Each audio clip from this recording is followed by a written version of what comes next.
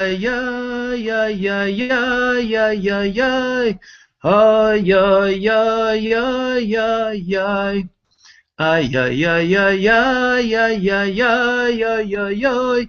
Ay ay ay ay ay ay ay ay ay ay ay. Greetings and blessings, blessings and greetings, blessed souls. We're alive because we want to stay alive in Torah Chaim. Instructions of life, Torah Chesed, instructions of kindness, Torah Rachamim, instructions of mercies. This is now the 348th class, now in the morphing into the S.O.U.L class. I should say we're the 340th class of S.O.U.L class, in search of ancient authentic Torah, class number, I believe it is 93. And we're morphing it through now YouTube live event. Joining me is Rambam teacher and student, an activist for the dissemination of the teachings of Rabbi Moshe ben Maimon, good friend and elderly brother, Dennis Ryan. Good afternoon, or good morning, Dennis. Boker Tov, Don. How are you today? Baruch Hashem. Now, blessed souls, I know that we have one person who is watching, and hopefully he'll connect, but I'm not going to say his name. If he connects, he will connect. So what we're going to do, blessed souls, is we're going to now read a little synopsis from an event which took place as of today, 46 years ago, when the Lubavitcher Rebbe, Rabbi Menachem Mendel Schneerson, met with a delegation of Beis Yaakov of Borough Park, which is a young girls and young women's yeshiva, who went to receive inspiration and direction for their work in the field of learning Torah and fulfilling commandments, biblical and rabbinically ordained. And the first thing that the Rebbe brought out, wanted to share with them, one of two essential points that came out from that meeting, is to remember what is written in the first page of the Shulchan Aruch, the Code of Jewish Law. But I think there's a universal instruction in this matter. Is number one should not be embarrassed by scoffers. And even though the Shulchan Aruch, the Code of Jewish Law, addresses the qualities a person should have, it's established on the premise not to be ashamed of who you are as a Jew. And I want to extrapolate out, if you are not a Jew, if you are one of the children of Noah, as the world might say, a Gentile, there is nothing for you to be ashamed about. The second point is, children, the Rebbe told them, children should be taught Kabbalah Soul, which means accepting the yoke, which means simply having respect for parents and teachers and doing as they say. And in the conclusive remark that the Rebbe made is that it is important to talk. He was talking to, again, the young girls and young women and teachers of the Beis Yaakov Yeshiva of Borough Park, which still exists today. It's important to talk to the girls about the greatness of God, the greatness of creation, and the sanctity of humanity. Now, again, I'm going to turn to Dennis, but I just want to say, blessed souls, that this instruction, although given in particularly to Jewish young girls and young women and their teachers, I think has universal implications. There is nothing for you to be ashamed of. First of all, there's something you to be appreciative of. What you should appreciate, a little tongue-tied. You should appreciate the fact that you have at Tselem Elokim, a divine image, which is written about in the Bible, and that how important it is to teach our children to have respect for their parents and teachers, and to emphasize in dialogue, which is not taking place in open forums as much as it should be, to talk about the greatness of God, the greatness of creation, and the sanctity of the humanity, or as I like to call it, the human family experience. Dennis, would you like to chime in on these matters? Yes, Don, there's universal appeal in those words and in that subject matter. Because we are all children of God. For that we cannot apologize, but we must cherish, because God has given us so many good things. He's given us an image, a soul, an intellect, and a form, a Tzelem that we have. We can only be proud of what we have. And to do that, you must show that you're proud. You cannot go back and say, well, I'm ashamed. My body isn't as perfect as everybody else. That's not true at all. We are all, in the eyes of God, His children. Now, young people especially should learn to listen. And who are you going to listen to? Your parents and your teachers. Why? Because when you become an adult, you better be able to use everything you heard and be able to analyze and figure things out, because the world is not such a sweet place. It can be very cruel. And if you haven't learned enough by the time you become an adult, you're going to be behind the curve and trying to catch up. And now you're going to start apologizing. How come I didn't do this? How come I didn't do that? You have to learn to listen when you're young. And the other thing is that you can talk about God at any time you want. There is no specific thing or specific time element or interval about talking about God. God is open to everyone.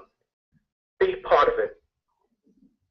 True, Dennis, but we do see that sometimes there have been disturbing interpretations of separation church-state. I want to reflect to you. A couple of years ago, I was, I would consider it to be not by chance, but by Hashgacha Pratis, divine providence.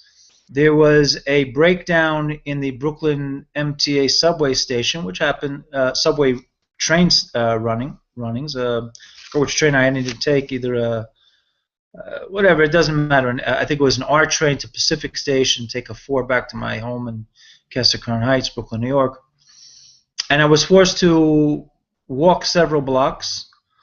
And there I met 2 youth who go to public school in Brooklyn. And they complained to me because we were just kind of like sensing each other out. I think one of them had asked me to for $1 to get home. So I said, listen, I'm not going to do that. I'll buy you a drink. And I brought them one of these vitamin waters for him and his friend.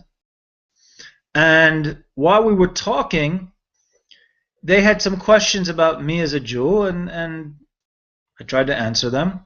And one of them mentioned that they do believe in God, they do believe in the teachings of the Bible, but that one day during their lunch recess, when they were just, eating their sandwiches or whatever they were drinking, they pulled out a Bible and they were told that they were not allowed to read the Bible in the middle of their lunch break, which, it kind of strikes me a little funny because it is their free time. They claim that they were not proselytizing to other children in the high school, and yet they were told to put the book away. So while we have printed on our dollar bills and $5 bills and $10 bills and quarters, nickels, dimes, and pennies, in God we trust, yet it seems like, Dennis, we are limited, even in a country as free as America, when we can talk about God. Well, what happens is the Bible is part of human literature. It is not a separate book. It's included in everything humans have produced. And that's what we go for. And to think that kids who are reading something, what would the school prefer that they read if they weren't reading the Bible? That would probably be a joke. Could you pick out a better piece of literature to read than the Bible? I don't know, especially for young people who are looking for answers and have questions. No one's answering their questions during lunch hour, so lunch hour is their time, and if they want to make good use of it, they should be allowed to do that. But if the Bible is threatening the school system or the educational system, I can understand why they say, oh, we don't want those books here. But you cannot exclude things to inquiring minds. You must be open and accept their need for learning and knowledge. Mm-hmm. One cannot be constrained by political concepts that are proven or unproven. But the Bible's been around for a long time. No one throws rocks at the Bible. True. And my only question is as well, would those security guards at the school or the administration prefer those children were not reading and perhaps are doing something which was antisocial? Certainly reading the Bible, to me, is a pro-social activity. It is a means of facilitating positive socializations. We might agree to disagree, or we might disagree where we agree, but at least we're coming to a certain table of discussion where hopefully it's way beyond just the normative thought process of now I'm hungry, I must eat, or now I'm tired, I go to sleep. It's considering the purpose of life, because again, when we go back, blessed souls, to the original term used for Bible, Torah, it means instruction. So it's basically, we would humbly like to share with you, as I, as one member of the nation of Israel. Well, I should remind people, and I Yeah. guess everybody knows who's listening, who's going to be listening, and that is that we are an open society. Right. And we even allow pornography all over the place. I don't think it should be, but it's there. But you can't read the Bible during your lunch period at school? Well, Wow. yeah. With that being said, Dennis, speaking of the Bible, since we're going to talk about, because you and I are not on our lunch breaks, it's before the time of lunch here in Brooklyn or New York City or wherever you may be. Long Well, I'm Island. happy that you at least had breakfast on. Well, actually, I didn't. I usually, because I find that I get nourished by the idea of participating in these events. And I just want to mention as well as a caveat that anything that Dennis and I say, we do not claim to be the final word or even the most authoritative viewpoint, but rather we consider ourselves to be activists in cyberspace, as we were previously through the Blog Talk Radio S.O.U.L class series, which hopefully will come back in another form, if not continue to be, hopefully will continue to be in this form or another form. We do not argue if we have differences of opinion. We save those differences for off the air whenever we broadcast. But for you, the listener, and I see now or the viewer, I see we now have 4 live viewers. Blessings to all of you. All of you, if you have the means of accessing our live event, you're most welcome. Now we have 3 viewers. That at least I can see, although 4 viewers. Welcome back, number 4. We welcome discussion to further the discussion among human souls in human bodies, as all of us are. And one thing I want to bring up now, which seems to be creating a little bit of controversy, and maybe in some circles a lot of controversy, the idea that I believe this past Friday, March 28th, here in America, they debuted a movie called Noah. Noah, from a biblical perspective, is the second father of all humankind. The original father, according to biblical tradition, Torah tradition, is Adam and Eve. And Noah and his wife Naamah, which we know her name was Naamah from the oral Torah tradition, Noah lived 950 years. And if you want to learn more about Noah, strictly from the written Torah tradition, written biblical tradition, the scriptures, some people like to call it, you can go to Genesis chapter 6, verse 9, and read through chapter 7, read through chapter 8, read through chapter 9, and then 10, and then you conclude with chapter 11 till you get to chapter 12, where we start to learn about Abraham, or as he was called at that point in time in the Bible, in the Torah, Avram. So the controversy is was this movie a cheap attempt to just make money?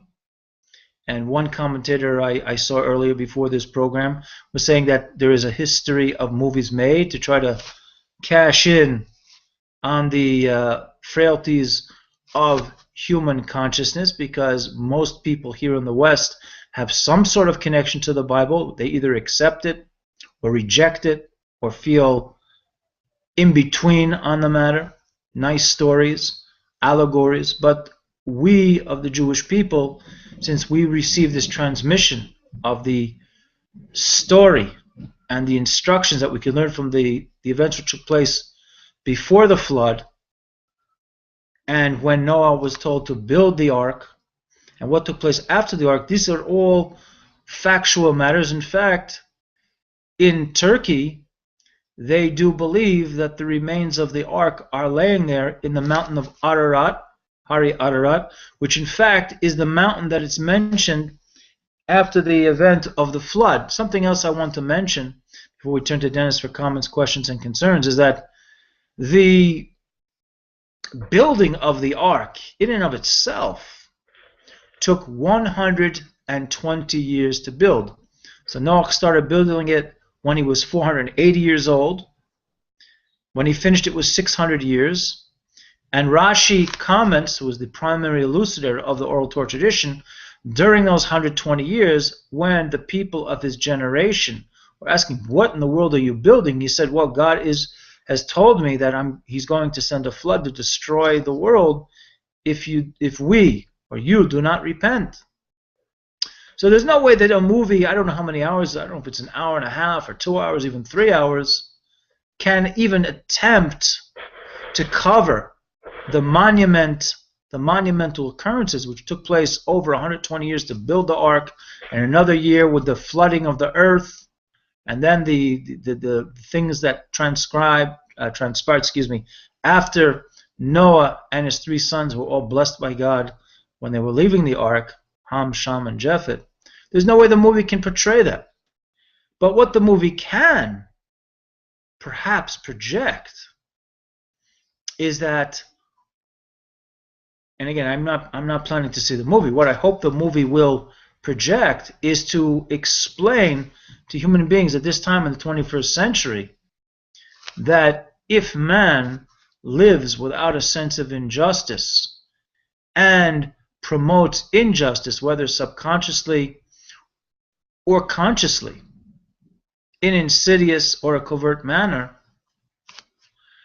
the Almighty will be aroused to bring about justice, that hopefully those who are witnessing the justice being executed will realize this can happen not from none other than the almighty works of the Creator. And again, when I say this, I caution those who are listening to me live or will see this archive version.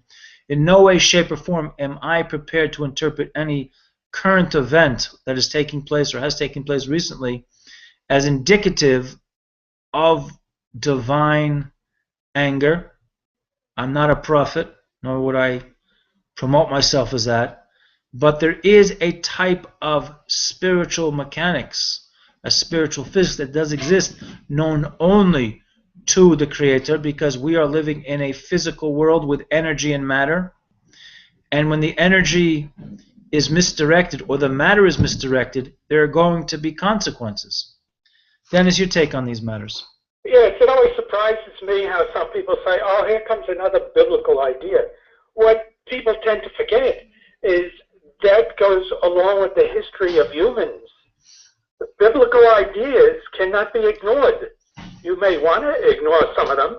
Why? Because there's a lot of morals and principles involved. These are not little trite stories. These are stories that have deep impact, meaning, and feeling associated with humans. So it isn't just a question of it's going to make a half-hour TV program or an hour or 2-hour movie. This is part of our history. We cannot ignore history. It is there. You cannot reinvent things that were already spoken for or directed or formulated in the Bible. You would only be repeating what was done prior to your being. So therefore, we cannot ignore it. It's here and it's a fact. Well, you may have a problem with the interpretation, but then again, all humans are entitled to their own opinion.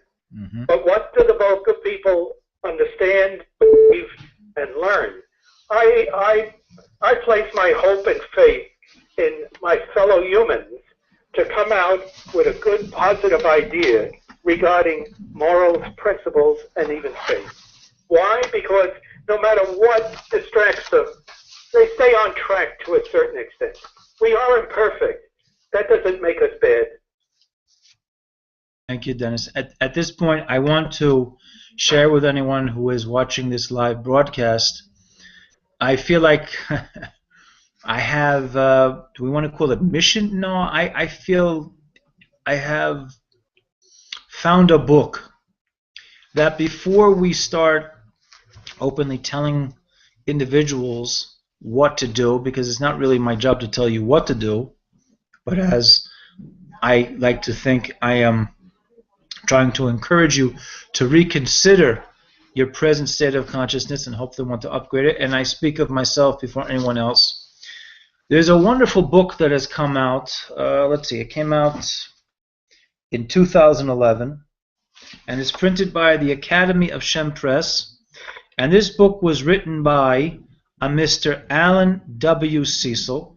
And actually, we've had 3 broadcasts, 1 via radio and 2 via live event broadcast here on YouTube. And the name of the book here is Secular by Design, A Philosophy of Noahide Laws and Observances, again by Mr. Alan W. Cecil.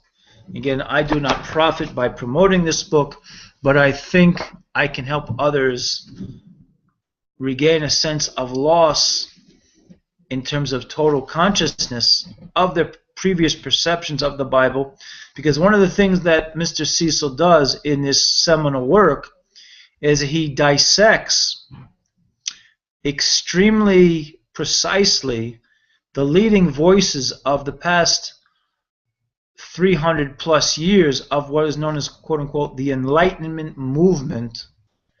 Those movements in Western and even Eastern Europe, which sought overtly and covertly to undermine the authenticity of biblical teachings, rabbinical teachings, and basically in their how should we say, pronouncements of how they assess the Bible, they basically reduced it to some sort of desert island consciousness, and something which the Bible, the Torah, is meant to be, again, as an instruction book, which should not be ethnocentric, although some people, Jews and children of Noah, have used it for ethnocentric purposes. It's been used to justify slavery. It's been used to, of course, attack us Jews. And this book gives a person a sense of redefining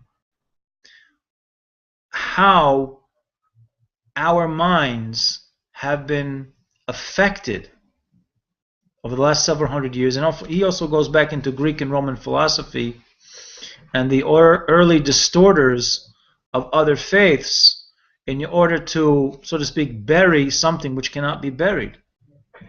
I mean, the instruction, for instance, of in the beginning God created heaven and earth, as much as any atheist would like to say, well, how do you know it was God?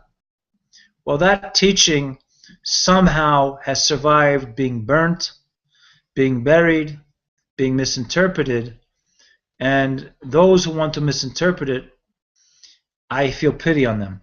One more thing I want to mention about the Noah movie is that one commentator mentioned that there was a and again, I have not seen the movie, nor do I plan to see the movie, for the reasons I stated at the beginning of this program, that this movie was trying to cash in on the environmentalist movement, and it has a message, whether she didn't mention global warming or pollution. Now we do know that there is a very serious problem with the amount of pollution that is in the air, that is in the soil, and is in our water table system, which should not be taken for granted.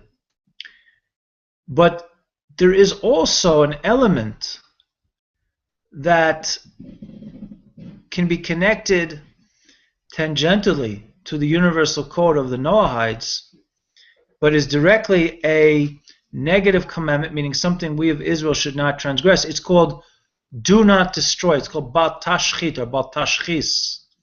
Unwarranted destruction is actually a biblical commandment. And of course, there are many oral interpretations and elucidations on the matter.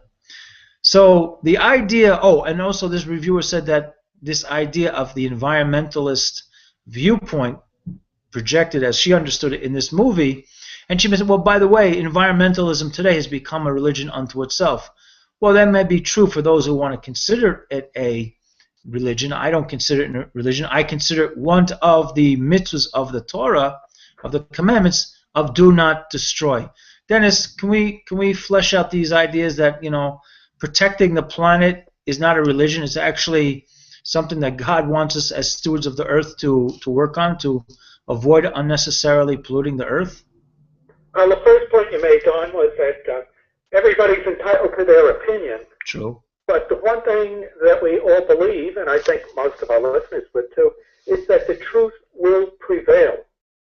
And that is very important, because no matter how many different ideas cause distraction, we're going to keep coming back to what the truth will or we feel will be. Because embedded in our intellectual brains that is God-given is a conscience and a soul. The conscience and the soul do not sleep. They're there to bug us. To bug us, are we on the right track? Are we doing the right thing? And we are answerable. Now, the second point you made is that we are the keepers of the planet, of the earth. The real question is, have we been doing a good job? Well, I think a lot of people will agree we could do a whole lot better, because we're not on a collective basis treating or addressing the earth per se. We may do it in our own little sphere, our own little spaces, but we're not making a positive impact on the earth itself. And we have to get together on a collective and approach this, because right now we have a lot of people, again, giving opinions, distractions, just like you mentioned the reviewer saying environmentalism could be a religion. Yet this is about Noah, the movie. It wasn't a religious experience. It was a human experience. Mm-hmm. And what was our relationship with our Creator is depicted there, so that He hasn't forsaken us. He hasn't forgotten about us. But He reminds us that we have to make our own decisions because we have a free will. Again, I look at it this way: the truth will prevail. Amen. From minute to minute, we could be distracted. But in the long run, we will do what God's design is. True. Now, one of the individuals in the history of the human family experience who had a keen insight into what the Almighty had intended for us as members of, or I should say His children, was Rabbi Moshe ben Maimonides. And Dennis, I'm sure there's something you'd like to share with us from now that got you perplexed? Yes, Don. But first I got to tell an old ancient joke. And it's about people, and it's about language. Mm-hmm. Because that's what we're going into in Maimonides here, is language. So here's how the joke goes. It's only 2 sentences. And it happened a long time ago. Judeans would travel to Babylon and weep in Hebrew. They would return speaking Aramaic. Wait, so you have to run that past me one more time. Okay. Judeans would go to Babylon weeping in Hebrew. Right. They would return speaking in Aramaic. Without weeping. Well, now you're catching on to part of the joke. Okay. I just thought I'd mention it, that's all. Okay. To me, it was a funny joke, but it goes way back in history. It may not be technically true, but the feeling is there. So anyway, on to the Guide to Perplex, page 76 in the PDF version. He's going to mention a thing that you have in all languages, and in English we call it a simile. A simile is referring to a comparison using like and as to in your thing. Mm-hmm. So let me read from Rambam directly here. Having spoken of similes, I proceed to make the following remark. The key to understanding and to the full comprehension of all that the prophets have said is found in the knowledge of figures, their general ideas, and their meaning of each word they contain. You know the verse. I have also spoken in similes by the prophets, Hosea 12:10, and also the verse, put forth a riddle and speak a parable, Ezekiel 17:2. And because the prophets continually employ figures, Ezekiel said, does he not speak parables? That's also from Ezekiel 21:5. Again, Solomon begins his book of Proverbs with the words, to understand a proverb and figure and figurative speech, the words of the wise and their dark sayings. To what were the words of the Lord to be compared before the time of Solomon?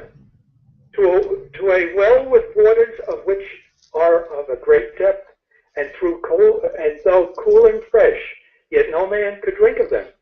A clever man joined cord with cord, and rope with rope, and drew up and drank.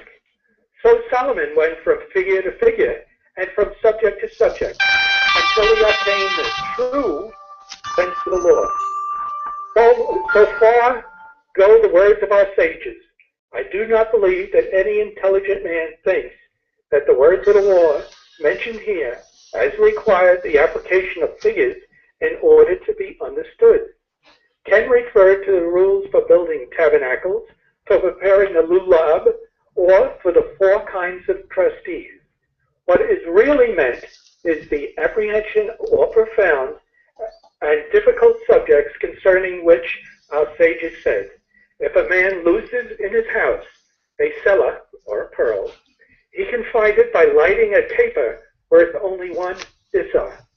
Thus, the parables in themselves are of no great value, but through them the words of the holy law are rendered intelligible. These, likewise, are the words of our sages. Consider them well their statement that the deepest sense of the words of the holy law are pearls, and the literal acceptation of the figure is no value in itself. They compare the hidden meaning, including in the literal sense of the simile of a lost pearl in a dark room, which is full of furniture. It is certain that the pearl is in the room, but the man can neither see nor know where it lies. It is just as the pearl were no longer in his possession, for, as has been stated, it affords him no benefit whatsoever until he kindles a light. The same is the case for the comprehension of that which the simile represents. The wise king said, a word fittily spoken is like apples of gold in vessels of silver. Proverbs 25:11. Hear the explanation of what he said. The word Mayas Iskabab, the Hebrew equivalent for vessels, denotes filigree network, i.e., things in which there are very small apertures, which are frequently wrought by silversmiths. They are called in Hebrew maskayot, transpicious, from the verb sakra, the saw, at the root as it occurs in the Targum of Onkelos, because the eye penetrates through them. Thus Solomon meant to say, just as apples of gold in silver filigree with small apertures, so is the word fitly spoken. See how beautiful the conditions of a good simile are described in this figure. It shows that every word, which has a double sense, a literal one and a figurative one, the plain meaning must be as valuable as silver, and the hidden meaning still more precious, so that the figurative meaning bears the same relation to the literal one as gold to silver. It is further necessary that the plain sense of the phrase shall give to those who consider it some notion that which the figure represents, just as a golden apple overlaid with a network of silver, when it is seen at a distance or looked at superficially, is mistaken for a silver apple. But when a keen-sighted person looks at the object well, he will find that it is within and see that the apple is gold. The same with the figures employed by the prophets. Taken literally, such expressions contain wisdom useful for many purposes, among others for the amelioration of the condition of society. For example, the Proverbs of Solomon and similar sayings in their literal sense. Their hidden meaning, however, is profound wisdom conducive to the recognition of real truth. Dennis, this is the type of teaching that if our blessed listeners and our 5 viewers, and hopefully those who are going to eventually catch the archive version, will need to review over and over and over again, because this is not this is packed with a lot of spiritual, intellectual, philosophical power, and that I would just suggest those who just heard what Dennis read, excuse me, and thank you, Dennis, for doing that live. You can review it on the archive version. We're just, scrolling back the mouse, going from right to left. With that being said, I want to go now to another aspect of Rambam's teachings of Torah, going to what is considered to be his most important work, his Mishnah Torah, where he basically took a very courageous stance in collating via 14 books the entire written and oral Torah tradition, in which he asserted that aside from the 5 books of Moses and the Mishnah Torah and the book of Joshua, Yoshua, that the Israelite would not need anything else. But now this created a certain controversy in his time, because there were many books. There was already the Talmudic tradition. There were books that are written not in the form that we find today, but basically written on parchment. But Rambam's attempt to do, and his successful endeavor in doing so, can be explained via his introduction, why he did such a thing. But also, again, in contrast to the way Bible or biblical or Torah teachings have been distorted from within, but unfortunately what I would consider to be sick souls among the Jewish people, or by those people outside the nation of Israel who had designs on undermining the sanctity of the Torah, to use it as a means of jabbing us, and also by way of jabbing other faith-based peoples outside of the Jewish faith. Rambam put together this Mishnah Torah to respond.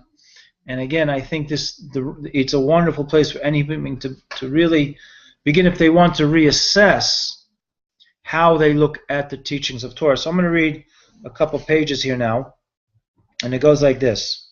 Last week we began with the preface, and usually when the Rambam starts with any section where he begins to elucidate on the commandments and the oral Torah elucidations, he quotes from a certain part of the Tanakh, which includes the 5 books of Moses and the prophets and the book of Judges and Psalms and Proverbs and Ecclesiastes and anywhere up until what is known as the book of Chronicles. The Rambam will pick a verse to encapsulate, to give us a certain intention that he had in his mind in writing this section. So what he wrote for this section as preface to Mishnah Torah was from Psalms 119, verse 6, that I will not be ashamed when I gaze at all your commandments, which are known as mitzvot. So we're now going into the 3rd paragraph, and it reads as follows. Moses, our teacher, meaning the original Moses, the Levite prophet, personally transcribed the entire Torah, as we know as the scripture, before he passed on. He gave a Torah scroll to each tribe, which means he wrote 12 Torahs, 5 books of Moses, and placed another scroll in the ark as a testimonial. And to learn more about that, you can go to the book of Deuteronomy, Sefer Devarim, chapter 31, verse 26. As it reads there, and just plucking from that verse, not the entire verse, take this Torah scroll and place it, and it will be there as a testimonial. Now, when we talk about the idea, as Rambam goes on, of the mitzvah, the commandment, within the context of Israelite tradition, we're talking about how the Torah wanted us to understand the explanation of how the commandment was to be carried out. But Moses did not transcribe it. Therefore, you see various commandments written in the Bible which are written in a very cursory fashion. So to speak, the headline or the title of the commandment, but not how to fulfill it. Instead, what Moses did is he commanded it elderly. He instructed verbally to the elders of the nation of Israel at that time, and to Joshua, and eventually to all of the nation of Israel that lived in his days. And this is evidenced by what is written in the book of Deuteronomy, where it states in chapter 13, verse 1, "Be careful to observe everything that I prescribe you." End of quote. And for this reason, Rambam goes on to say, for this reason, it is called the oral law. Now, the oral law was not transcribed. However, Moses, our teacher, the mighty Levite prophet, taught it in its entirety to his court, which consisted of 70 elders, which is talked about very tersely in the written scripture of the Bible, of the Torah. Who were the individuals who received the traditions of how orally these commandments should be fulfilled? Elazar, who was a son of Aaron, the brother of Moses; Pinchas, who was a grandson of Aaron; and Joshua, who served, so to speak, as the up-and-coming new leader. But at that time, he was basically the attendant to Moses' personal needs. So basically, Elazar, Pinchas, and Joshua. In other places it's written, although Rambam doesn't write here, that also Aaron was taught in a very intimate fashion, face-to-face by Moses. And in particular, it's important to note that by the time we get to the book of Joshua, after the conclusion of the 5 books of Moses, that Joshua is identified as the primary disciple of Moses, as he was instructed all of the oral Torah traditions and all the written scriptural traditions. And therefore, in the last 30 years of the life of Joshua, who was also a prophet, he taught the oral law. And many of the elders of the nation of Israel received the tradition from him. And eventually those traditions came down to the generation of Eli, or Eli, who was a Cohen, who sat at the entrance to what is known as the tabernacle after the Israelites had already entered into Israel. He received the tradition from the elders and from Pinchas. Pinchas, again, was the grandson of Aaron. And who did Eli or Eli give the tradition to? He gave it to Samuel the prophet. And not only did Samuel get the tradition from Eli, but Eli and his court of sages. And who would receive from Samuel and his court of sages? None other than King David. So we're going to stop there, blessed souls, to pinpoint how, this is not something that is written openly in the written scriptural tradition, but Moshe, or Moses ben Maimonides, the Rambam, is saying to us that there was, in fact, a certain way in which we receive these traditions, because it came down from leader to leader. It wasn't that someone who had rebelled against Moses or Joshua or the leaders of the times would have had the opportunity to have taken the instruction for the purpose of distorting it. Now, at the same time, too, this is brought down by the original Rebbe of Chabad, or the Lubavitcher Rebbe and the 5 Rebbes who preceded him. There were traditions that were in fact lost, but the bulk of the traditions, which were oral, were eventually written down, discussed, argued, and to this day, even some of our oral traditions will need a clarification of what must be corrected by none other but Elijah the prophet, who was also identified as one of the heralders, one of the individuals who will pronounce to the world that the Messiah has come. So you see here, this is a little bit different than what most people picture as the Israelite tradition, but this is what we know of, and this is what we've been living off, and that's what we've been passing down from our elders to our children. And these are the things that I pass on to my friends and my relatives and to even my own children and wife, because it's been passed on to me by those who came before me. Some who are still in this world and some who have gone on to, as the Lubavitcher Rebbe has described, the next level of life. So now I'm going to turn to Dennis for feedback. Dennis, any comments, questions, or concerns on these matters as elucidated by Rambam? today if nobody passed anything down. We would be lost. We would be wandering. We may even end up in a desert. Who the hell knows? But the whole concept is that we're learning from our predecessors, the warnings, the suggestions, the positive signs, how to avoid things. Where would we be without anybody, without any knowledge of anybody who preceded us? We would be shells walking around. We'd have to learn how to remake a wheel, and it may take us thousands of years to do that. But that's neither here nor there. What is important is that we follow in the footsteps of the people who've been there before us. We are humans. Humans haven't changed since the time of Adam and Eve. We are still humans. We are still learning. We are still imperfect. Sometimes we learn the hard way. Sometimes we take shortcuts. But nothing has changed. The human condition has remained the same since Adam and Eve and as of today. We cannot ignore what happened previously to humans. But that doesn't mean that we're bound to repeat it, even though history has shown we love to repeat it.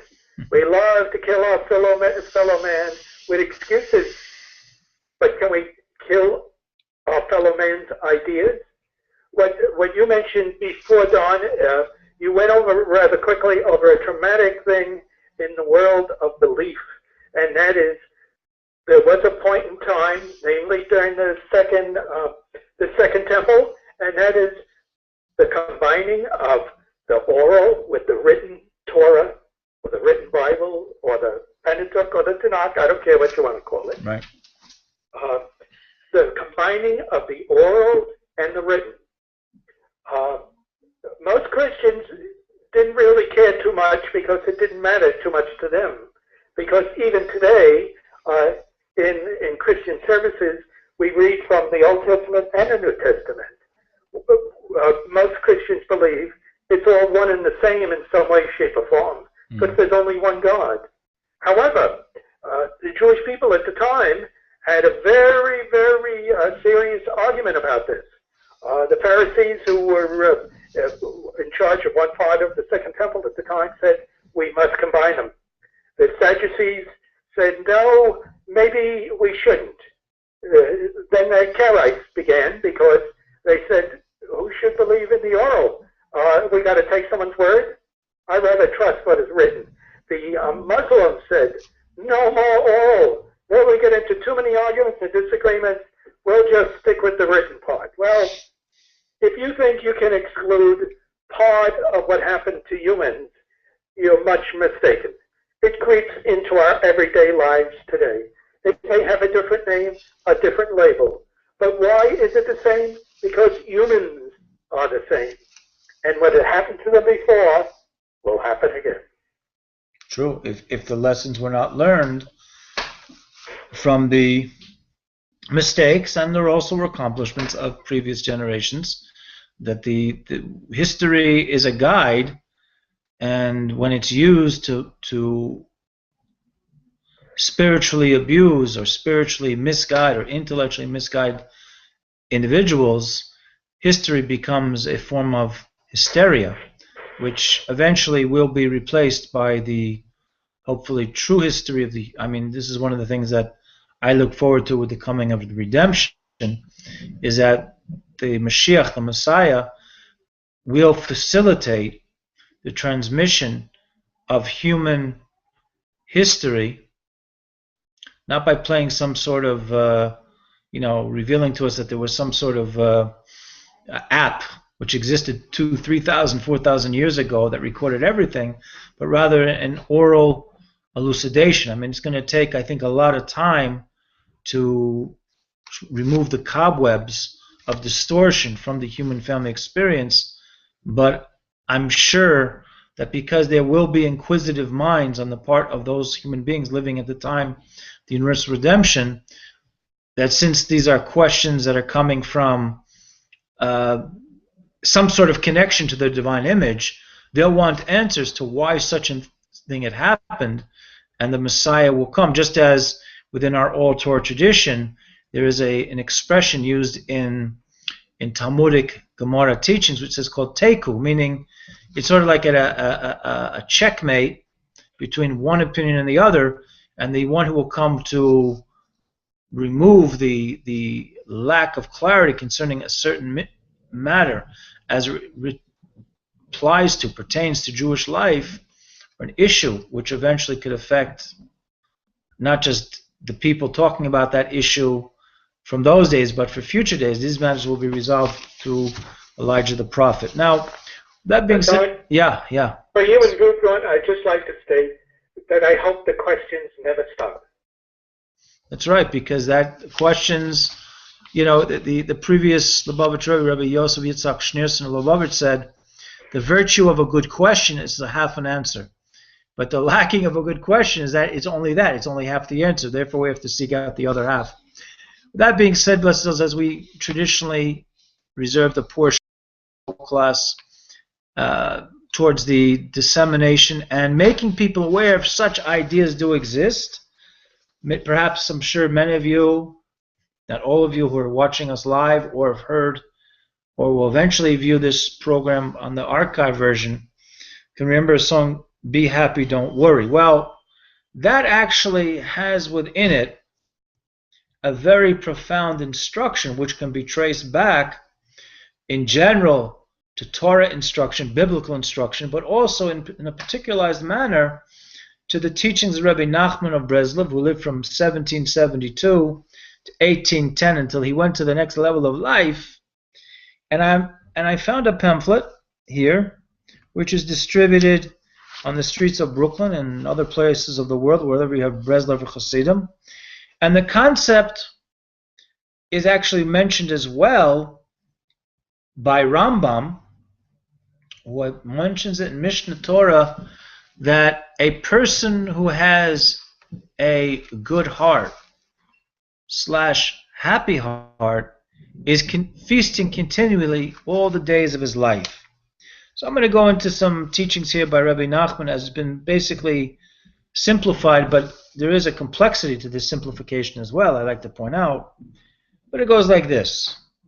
The concept is be happy. To be happy, blessed souls, is to experience some form of redemption. Because when you are joyous, you now have attained the possibility of freeing your soul from all sorts of inner problems, whether they be physical problems or spiritual problems. We have a tradition that when the Messiah comes, bringing with him, because he is the catalyst for actualizing the ultimate universal redemption for each one of us, joy will spread out throughout the entire world. And the source for this, if you want to look for a prophetic teaching, go to Isaiah 55, verse 2, quote, "You shall go out in joy and be led forth in peace. The mountains and hills burst forth into song before you, and all the trees of the forest will clap their hands." Now, we're not talking, blessed souls, about an LSD experience. We're talking about a prophetic, positive projection of what we should expect to see. Now, whether or not the trees of the forest will clap their hands is irrelevant to me, because as much as we can say it's literal, there could be just, this is more of an allegorical teaching.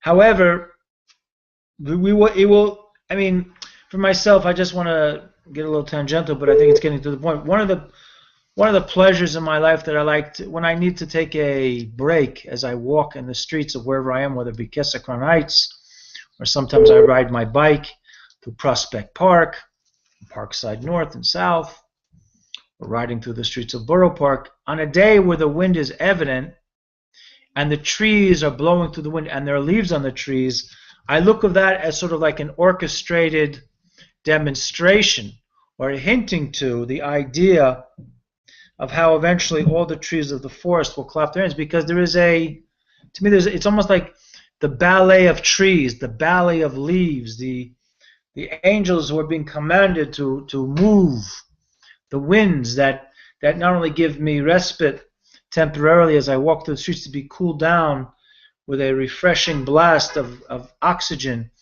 emanating from the will and wisdom of the Creator, but also as well to give me the 3D, HD presentation of the creation in motion. Dennis, your take on these matters? Well, I believe in a philosophy of life that says, keep it simple. Why complicate it? You're not doing yourself any benefit, or your fellow man, or even your God for that matter. Keep it simple. Keep it to the basics and the fundamentals. And you will be able to enjoy some of those very simple things in life. You may think, some people may think that's a little strange, but after all, when we complicate things, do we really understand them? But we can handle, and we're equipped to handle all the basic and fundamental things. So keep it simple and enjoy life. Okay.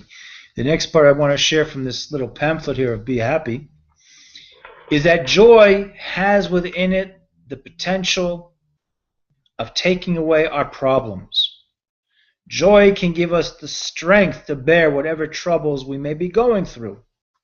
As the prophet Isaiah said of the future days of redemption, quote, and then plucking from chapter 35, verses 4 through 10, it's not all the verses, not every word, but as this pamphlet plucks out, from Isaiah chapter 35, verses 4 to 10, how do we go about accessing this type of joy? Strengthen the hands of the weary. Make firm the knees of the tired. Tell the easily frightened, be strong, do not fear. God's compensation will come and will save you. And those saved by God will return and come to Zion singing and be eternally joyful. They will attain happiness and joy, and their sorrow and troubles shall flee. Again, plucking from chapter 35, verses 4 through 10. So we see, blessed souls, that here we're talking about the type of joy where the joy of helping another human being. Unfortunately, we have a mentality today that some people consider a drudgery to help human beings, that human beings in help or in need are a burden upon the human family experience. Well, unfortunately, that type of mentality is not a new one. One can go back and Google up and see advertisements in German periodicals and German newspapers during the time of the Nazi regime, where they were, so to speak, infomercials, or I would say disinfomercials, promoting the idea that the weak and the infirm and the disabled and the mentally challenged and the spiritually challenged were a burden upon German society and wasting of the nation's national funds. Here we see a contrast, blessed souls, how joy can actually be accessed by strengthening those who need strengthening. Dennis, your take on these matters? You may not get joy, but you certainly can get some satisfaction. And those are the little simple things that mean so much to us. They're very hard to explain because we experience it as a feeling. A lot of people don't like to talk about their feelings because they consider it personal. But believe it or not, all humans have a lot of similar feelings. Why? Because that's our nature, that's our design. So even though we're imperfect, it doesn't mean that you're going to feel bad every day you wake up. Wrong. If you think you can do a couple of good things, simple things, inside of a day, you've reached a certain level of accomplishment. And that's a good, positive outlook on life, is that you're accomplishing something. There's satisfaction involved.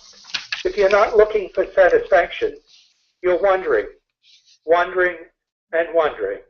I hope you find it. Mm-hmm. Going further into this teaching, what is the power of joy, blessed souls? In this little pamphlet, happiness or joy is likened to a fire burning to ash all the impurities in a person's system and the entire universe. The greater the degree of joy you attain, and the more you truly rejoice, the more you will obliterate the obstacles which stand between the Almighty Creator and yourself. Now, some people might seem this seems to be an unfortunate situation, or some people understand on a higher level, this is an opportunity to subdue what is known within ourselves, because all of us have one, blessed souls, an inclination towards evil. And one of the machinations, one of the ploys, one of the strategies of the evil that resides within ourselves is to prevent each one of us from being truly happy. It will even persuade you to avoid being joyful out of a false sense of piety. Your evil impulses, however, blessed souls, dissolve the moment you become happy. Therefore, your evil inclination, your Yetzer Hara, plays on your conscience in order to drive the joy out of you. It makes you feel guilty over past misdeeds and convinces you of how difficult is the road of return, of repentance, of teshuvah that lies ahead. And unfortunately, and this is not a new problem, this has happened for thousands of years, the whole world mindset gets trapped into this way of thinking. Everyone assumes, and wrongly assumes, that in order to approach the Creator, one must follow a routine of self-denial and personal suffering that takes a great deal of time and effort. However, Rabbi Nachman revealed to us that the only way to achieve closeness to God is through constant happiness. And I'd like to just add constant recognition of the merit that we are aware of the fact that the Almighty Creator is so close to us. You know, for us blessed souls to meet with a minister or a president or a congressman or senator, you have to pass through many physical and security gatekeepers. But you need no gatekeeper to approach Almighty God. The Almighty Creator is right next to you. He actually gives you the spirit of life through every molecule of oxygen that you take within yourself. Rabbi Nachman continued that Creator, whose presence surrounds and fills the entire world, dwells only in a place of joy, as is written and evidenced in the book of Chronicles, and I don't know if this is in book 1 or 2, where it says, joy and gladness are in his place. Because a person's thoughts indicate where he or she truly resides, therefore, to be close to the Almighty, one must think of Creator. And unfortunately, when people succumb to depression, their minds become dull. And when a person's mind becomes dull, a person has a greater tendency to lose control of his or her thoughts, and they lose sight of thinking about Creator. And as soon as he or she is happy, a person is elevated to the place of joy, which is the place of the Creator, because one is thinking about creation. Dennis, your thoughts on this matter? Evil is real, evil is here, evil doesn't go away. But the way to combat evil is not to out-evil evil, is to be on the positive side. To be on the positive side causes displacement in your thinking. If you're thinking of good thoughts, you won't have time or room to think about bad thoughts. So the more you can concentrate on good things, the more you're really fighting evil without addressing evil. Because if you address evil, you're entertaining it. And you're on a very slippery slope when you do that. So you're better off using the concept of displacement. Displace the bad thoughts with good thoughts.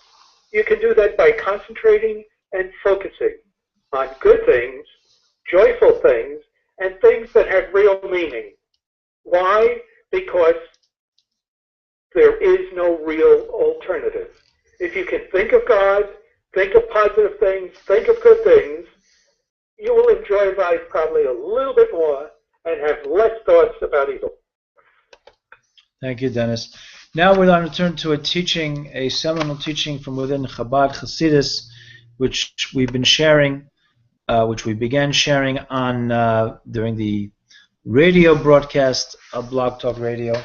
And we continue to do so now with this live event through Baruch Hashem, thank God, the efforts of YouTube. Thank you, YouTube. We have to have a Kursa Tov recognition, and we're grateful for this opportunity. Now, we just talked on the one hand how being happy can bring us closer to the Almighty, even though we must hopefully internalize that every moment we are alive, and even before we're alive, and after we enter that state of existence which the world no longer considers life because we're not walking around in our bodies, the Creator is with us at every moment. But we can become more aware of it, the closeness to the Creator, through the act of joy. But what, on the other hand, when a person gets connected to an unhealthy attitude, a negative attitude, attributes of jealousy and hatred and unnecessary competition, that a person is now experiencing the lack of revelation of godliness from the Almighty Creator to him or her, because they are connecting to what is known in the Hasidic terminology as the other side of creation, which is lacking the consciousness, because they are, so to speak, deconstructing their capacity to be instruments for the Creator. Now, even when a person's in a negative state, they've, so to speak, deconstructed themselves, not on a permanent basis, but for that moment, that in those existential moments, like for instance, when a person is filled with hatred and jealousy, and engaging in a competition which is not needed. The healthiest form of competition is when we compete within ourselves to make ourselves better. That we have to be reminded that what makes the difference between the other side, who are deconstructing their sense of being instruments for the godliness, and those people dedicated towards becoming appropriate vessels to godliness, is that the intention of those who are dedicated to making themselves appropriate vessels to godliness is that so the divine light, the Or Eloki, and the vitality of that divine light can radiate within them. And as mentioned earlier in this teaching, and by the way, this teaching is from a book called Kontra Samayan, which is based on a prophetic teaching, basically elucidations embedded deeply within this prophetic teaching in the book of Joel, chapter 4, verse 18. A wellspring shall go forth from the house of God and shall water the valley of Shittim. So we have noted, the Rebbe Rashab, the Rabbi Shalom Dov Ber, the fifth Lubavitcher Rebbe, notes that the human soul is clothed only in the organs of a human body, because those organs of the human body are appropriate vessels to harbor, to tolerate the enclothement of a human soul. And the effects of the soul can be evidenced within it in a very palpable way. And since the soul is revealed in the body, by virtue of the fact that the soul is enclosed within it, becomes subject to the soul.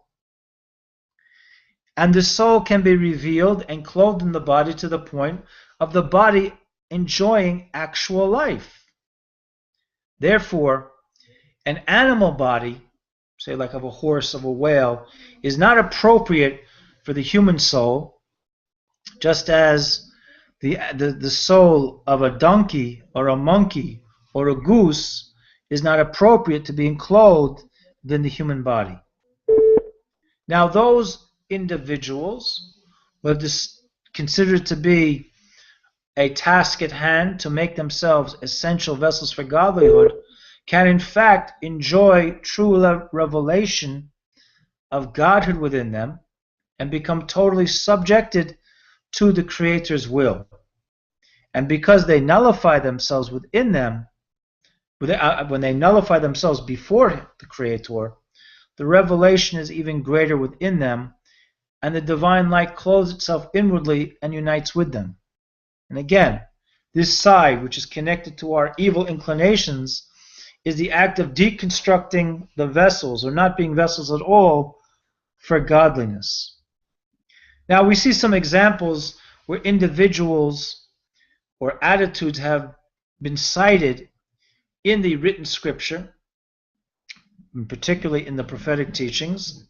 For instance, in the idea of arrogance, with the other side, which is not subservient to God, quite the reverse. It can raise itself like an eagle, which is proclaiming, quote, I and there is nothing more, and you can learn more about that by going to the book of Isaiah, chapter 47, verse 8, and also in the book of Ezekiel, chapter 29, verse 9, where Ezekiel was told to tell the people of this attitude of arrogance, which proclaims, and this was the arrogance of Paro, the ancient, and yet paradoxically, the paradoxical why. He was a wise ruler. He was not a fool. There were certain rulers who were mentioned in the Tanakh who were considered to be foolish. Ahasuerus, the king of Persia, was considered to be a foolish king, and from the oral Torah tradition, yet he had the wisdom to listen to the advice of Esther, who was advised by Mordechai, which we learned about in recent weeks in the book of Esther. But Paro, who was a wise king, knew the 70 languages of the nations of his time, proclaimed in this prophetic teaching from Ezekiel, the river is mine and I created myself. And therefore our sages, the Talmudic tractate of Sota, which deals with the oral Torah traditions of how an adulterous Israelite woman is dealt with, whether she accepts the fact that she committed adultery or denies it, or was not even involved in the act of adultery but was merely suspected. In that section of the tractate of Sota, page 4, side B, what is arrogance equivalent to? Arrogance is equivalent to idolatry. Basically, if you want to look at the spiritual mindset of the idolater, idolatry means considering something as an entity independent of the Creator, but yet at the same time, too, paradoxically, is not the absolute denial of God. And the Talmud in the Tractate of Menachos says, they do call him the God, but the God of gods. Because he is the God of gods, implying they regard themselves as independent beings. In this, they disconnect themselves from the sacredness of God, for they are not nullified before him. And the divine holiness only rests upon that which is nullified before the Creator.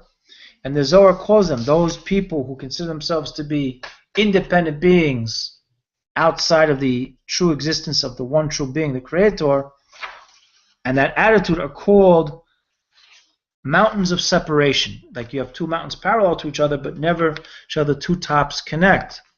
Now this is a denial of the true unity, which is to be found only ultimately within the true Creator, who is the source of all unity.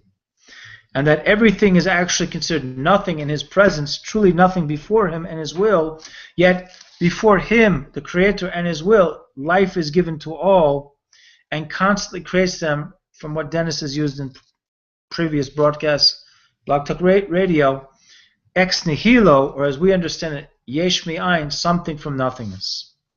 So Dennis, your take on these matters. These matters, Don, that you mentioned cover thousands of years of oral history. Mm-hmm. There's no way I can quickly summarize anything you said there. It covers a lot of ideas. However, we can pick out certain things. One that you mentioned that the Lubavitch Rabbi mentioned there, bodies are not interchangeable, neither are souls. Arrogance is really the absence of humility.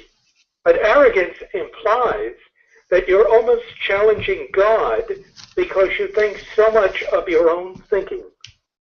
Do you really think that much of your own thinking?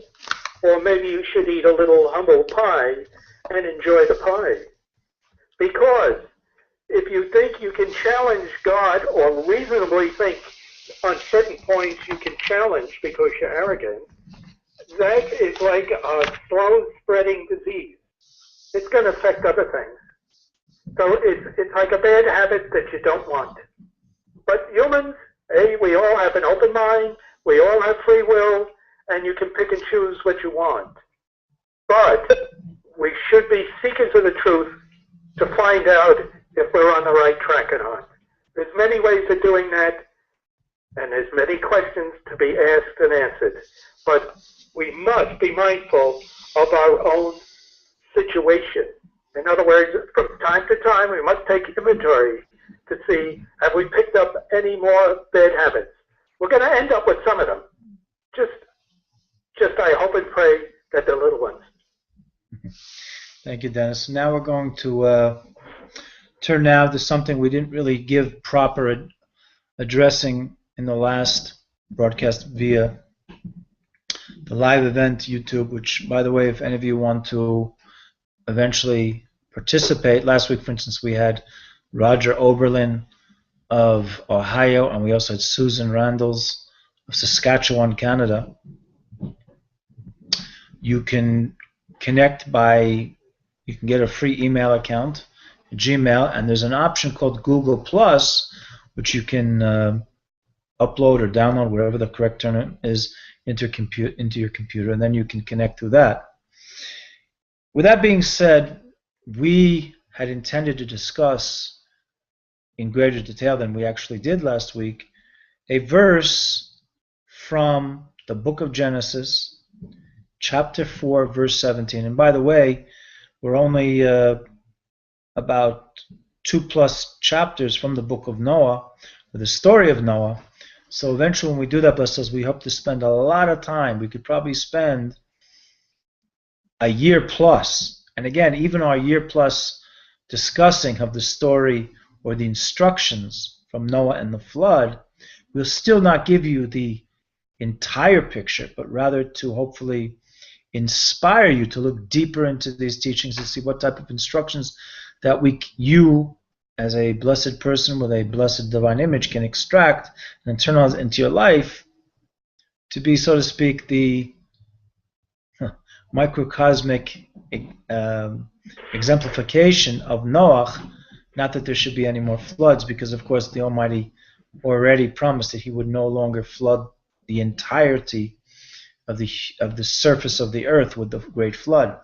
But that being said, now we're going back even before the time of Noah with this verse, which reads as follows: that in chapter 4, verse 17, it reads that Cain knew his wife, and she conceived and gave birth to Enoch, Enoch. And Cain was building a city, and he named the city Enoch after his son. Now, from me plucking out from verses, we have Torah anthology, which I would greatly encourage anyone who wants to learn more about the fusion of the oral and written Torah traditions. This is a wonderful place to go. Well, not only will one learn about the 7 commandments and the 613 commandments, but the historical lessons, not just the history, but the historical lessons we can glean out. Now, I wanted to point out, first of all, why does the Torah mention that Cain knew his wife? I mean, how do you not know your wife? Now, we do know, blessed, that Cain was someone who made a very tragic mistake in wanting, well, first of all, he became jealous of his brother Abel, or Hevel as he's known in Hebrew, and he killed his brother. And he wasn't really sure how to kill his brother until he observed the behaviors, according to the oral tradition, of one bird killing another bird. And after he killed his brother, he was cursed. But the Almighty, in His mercies, instead of taking the viewpoint of immediate judgment, softened the blow while outwardly placing certain curses on Cain. Now, just as no one can curse who God has blessed, it's pretty hard to bless a human being who God has cursed. Yet, even with all the monumental curses that Cain had received, which one can learn more about by going back to chapter 4, verse 11 in the Bible. Cain knew his wife, meaning he was still given the opportunity to bring forth children. And the expression that he knew his wife knew that it wasn't just the first woman that he saw, that there was a level of intimacy which is not, it's a euphemistic term, but it's also the idea of how hopefully eventually we will view sexuality in our present day into future days, that it's not just a physical act, it's a matter of intellectual, spiritual, and emotional intimacy, meaning this is the person you have chosen, and your partner recapitulates by choosing you as to be the ones to raise human beings. And then, of course, it follows that she conceived and gave birth to Enoch. Okay. Mazel tov, they have a child, Enoch, or Chanoch. Now, the Torah tradition mentions that Cain made a big mistake by neglecting to repent completely, yet he still was given the opportunity to have a child. Now, what's very interesting is that we see he knows his wife, she conceives, they give birth. Okay, great. But why were we being told that Cain was building a city and he named the city Enoch after his son?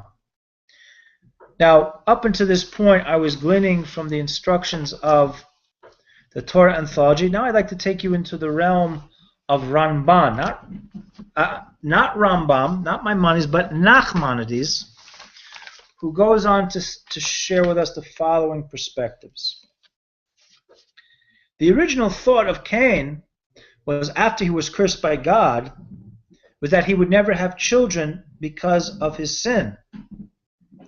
But with the good news of the birth of his son Enoch, or Chanoch, he built a city for his son. Now, just because he was able to take a wife and have a child, that doesn't mean he was forgiven. The curse was still in full force upon Enoch for the heinous deed that on Cain for the heinous act that he committed.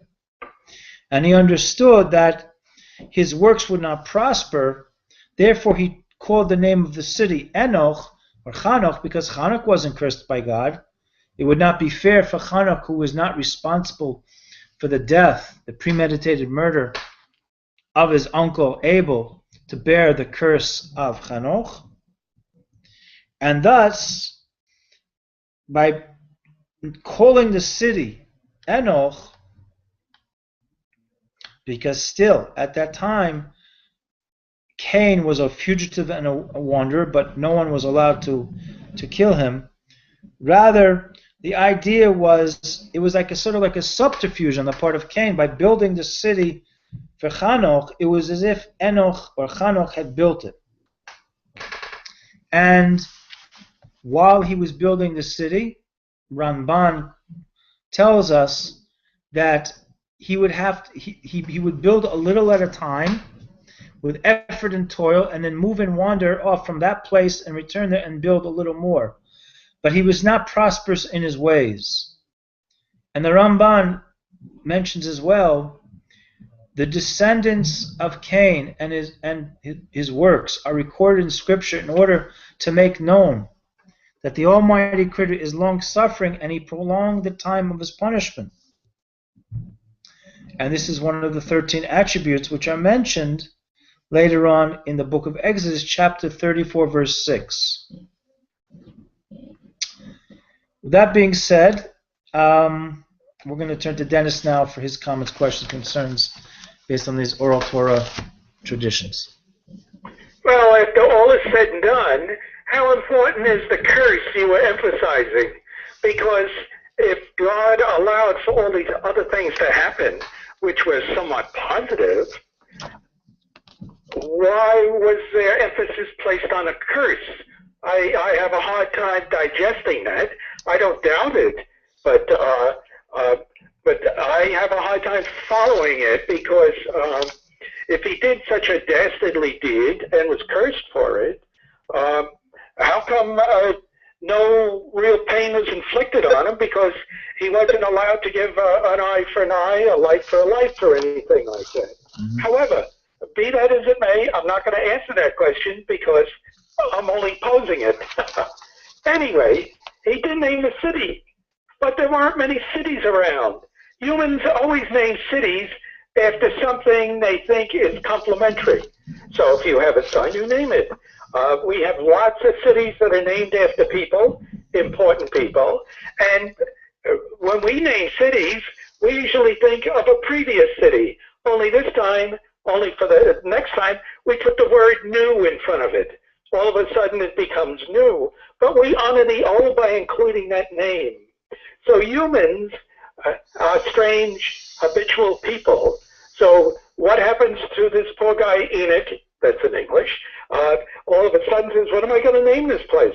Well, if he spent so much time, or he pondered the idea of what is his son's name, why not the city? Because what else could he go by? Was he going to call it Adam Town? Eve Town? No, I don't think so. He went for Enoch. So be it. That's the way it goes. Humans are humans. I don't think of reading too much into this gives off too much knowledge or information, because we really don't know what was going on in the mind of Enoch when he committed the murder, the reasoning behind it, etc. He was human. Humans come up with these strange ideas. We don't know what was in his mind when he was naming the city either. But this stuff has been recorded about Enoch. That's fine. But I'll listen to the story. I don't feel like I have any relationship, but I understand what was said, and I value other people's opinion about that interpretation. By the way, I just want to mention that even though that Cain was cursed, one of his descendants would eventually be none other than Naamah, who was the wife of Noah. So even though that we'll eventually learn in later verses in the book of Genesis, the cessation of the seed of Cain, there was one survivor, and that was Naamah, who was the eventual wife of Noah. Now, Dennis, you mentioned this eye of an eye for an eye and a tooth for tooth. I want to bring out a story here now in our last section of the program. And this is from a series of interviews that have been conducted for the last several years, because people are getting older, and some people have already gone on to the next level of life, as we like to call it, what the world calls death. But before they passed on, but Baruch Hashem, this man is still alive, Rabbi Norbert Weinberg. He talked about a lasting impression he had in terms of a viewpoint of how to educate children, even when the parents are not necessarily engaged in, from a Jewish perspective, of keeping the commandments. Now, Rabbi Norbert Weinberg was someone who was born in Germany before the Holocaust, and their family almost didn't make it out. But he said that his mother, quote unquote, moved mountains and got him and the rest of his family out, and they went to England, eventually came to America, and he went to Yeshiva University and was ordained as a rabbi there. So in the 1950s, he became principal of a Hebrew school in Yonkers, and after a short time, this is Rabbi Weinberg recalling this incident, or this series of incidents, he actually became quite discouraged about his work. The children were wonderful. They wanted to learn, and they loved learning. The parents, however, were a problem. Although they sent their children to our Hebrew school, the parents were not observant. In the sense they didn't keep the Torah. I think they did it because their neighbors did. It was the thing to do. But the children were taught one thing in the school, and every night they'd go home and be taught something else. And I began to feel that I was not making a dent. I was actually becoming pretty disheartened about the whole idea. At this time, in the late 1950s, I had heard about the Lubavitcher Rebbe, and he'd become a force in trying to inspire greater observance of Torah and the commandments. So we met with the Rebbe, and the Rebbe asked him, "What is that you'd like to talk about?" He asked. So I told him my entire problem, explained that I was very discouraged that I couldn't make any progress because the families of the children negated what I had taught them, and even if the children wanted to learn, I didn't see the point of teaching them. What was I to do? So the Rebbe said the following. I think this is a very potent instruction here about those of us in the faith-based community. Never be to discourage what seems to be apathy in our immediate and general surroundings, and even if we have a good conversation with others, and others might be dissuaded by others, we did not lose any time having tangible, relevant, meaningful conversations with those individuals, those others. The Rebbe said as following. Listening to me, I want to tell you something. He said that according to Jewish law, it is almost, and not just now, but going back into antiquity, it was almost impossible for the court to put anyone to death. In fact, we know that a court that would put someone to death once in every 70 years is called a bloodthirsty court. And Rabbi Akiva was one of the great sages of Israel in the history of our people, even said that if it was up to him, nobody ever would have been put to death. So then people would ask, is that the case? Why do we have a death penalty at all? And the reason is, said the Rebbe, is because the Torah wants us to know how serious it is to kill someone else. Now, the Rebbe said, you're asking me, and the Rebbe responded, what is the importance of teaching these children? The Rebbe continued, these children are guiltless. They're just starting out in life.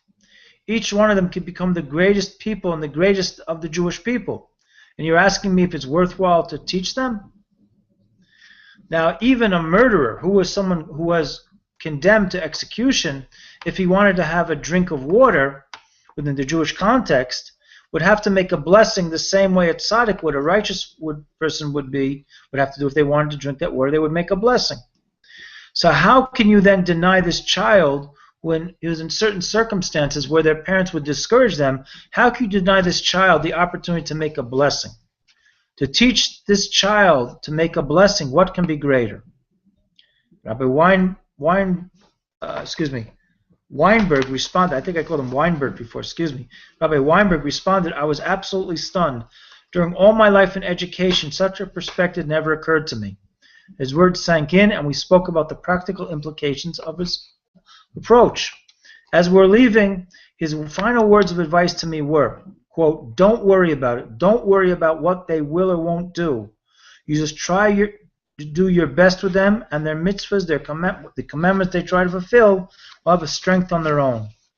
We got up to leave, and he shook our hands, and because he had an entourage. Rabbi Weinberg came with someone else with him, and there were other people that were with the Rebbe. When we walked out, one of the secretaries asked me, what did you speak about for so long? What do you mean so long? Rabbi Weinberg responded, it seemed we only spoke for a minute or two. So the secretary told him, you were in there for almost 42 minutes, he told me. But when I was with the Rebbe, I hadn't noticed the passage of time. I was totally taken aback from what I heard. The audience which the Rebbe had made with me, or for me, made a huge difference in my life. It gave me the strength to go on. When I realized that any commandment, any mitzvah that I can plant in the children would have a force of its own, as the Rebbe said, I knew that my effort would not be wasted. You know, a rabbi doesn't have an easy life. As Moses said, quote, a little longer, and they will stone me. It's not an easy thing, and yet it doesn't matter to me anymore because I know that any mitzvah, any elucidation I can plant within the youth is going to have a force of its own, and it will do what it has to do. And this is an encounter which Rabbi Weinberg had with the Rebbe over 60 years ago, and he said the passage of time doesn't matter. That's the kind of impression it made on me. So to speak, the Rabbi Weinberg was like was the child during that conversation. Even though he was already a well-established ordained rabbi, he was the child. And in fact, thank God, as up until this day, after he worked as an educated rabbi in Yonkers, he moved on to Massachusetts and Connecticut, and he's the rabbi of the Adams Street Shul in Newton, Massachusetts, and he was interviewed in Israel in 1981. So we could have a street named after Adam Dennis, and actually I lived once upon a time in a city called Adams, New York, which is in upstate New York. So the idea is blessed those that what we're trying to project here, and then we'll let Dennis make his conclusive statements as well as comment on what I just talked about. Our efforts here are to engage you, whether you're seeing this live or you'll see the future archive version, to engage you in a dialogue you might not have considered before. It makes no difference to me if people have dissuaded you from seeking such consciousness, or after you share maybe an idea or a kernel of what we talked about, the other person, you'll meet fierce opposition. But because I feel it is my obligation as what we know as known as a Torah askan, a Torah activist, or Dennis, as I like to call Dennis, a student and teacher and student of the dissemination of teachings of Rambam, particularly through Mar Nevuchim, the God to Perplexed, we are confident that the energy invested in us through the blessings of the Most High will somehow affect you, that you'll be empowered to interact with this consciousness to help you grow in your relationship with the Almighty, to grow in your relationship with other human beings, whether it be your blood and soul and flesh relatives, or with others who are your neighbors in your immediate community or in the greater community at large. Because again, this is a human family experience. We've all been charged, whether we like or not, to be stewards of the earth. So that being said, Dennis, any comments, questions, concerns about what I talked about, and then any concluding remarks about what you feel people should hear live? Yeah, well, you mentioned life, but thou shalt not kill basically means you will not take a life. I'm not talking about murder and all the different degrees of understanding and interpretation. It came down as a suggestion, a very strong suggestion, thou shalt not kill. And to me, that only means you shall not take a life. However, be that as it may, humans, we see good and bad in everything. But our backup to that is we question the good and the bad. Is it really good? Is the bad really bad? Is the bad bad? Is the good good?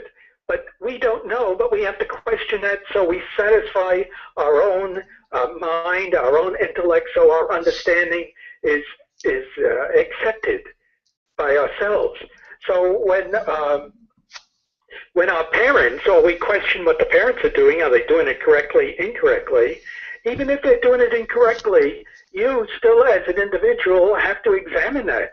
Because even though they were doing it bad, you're still alive, you grew up, you understand, and you overcame their shortcomings or misgivings.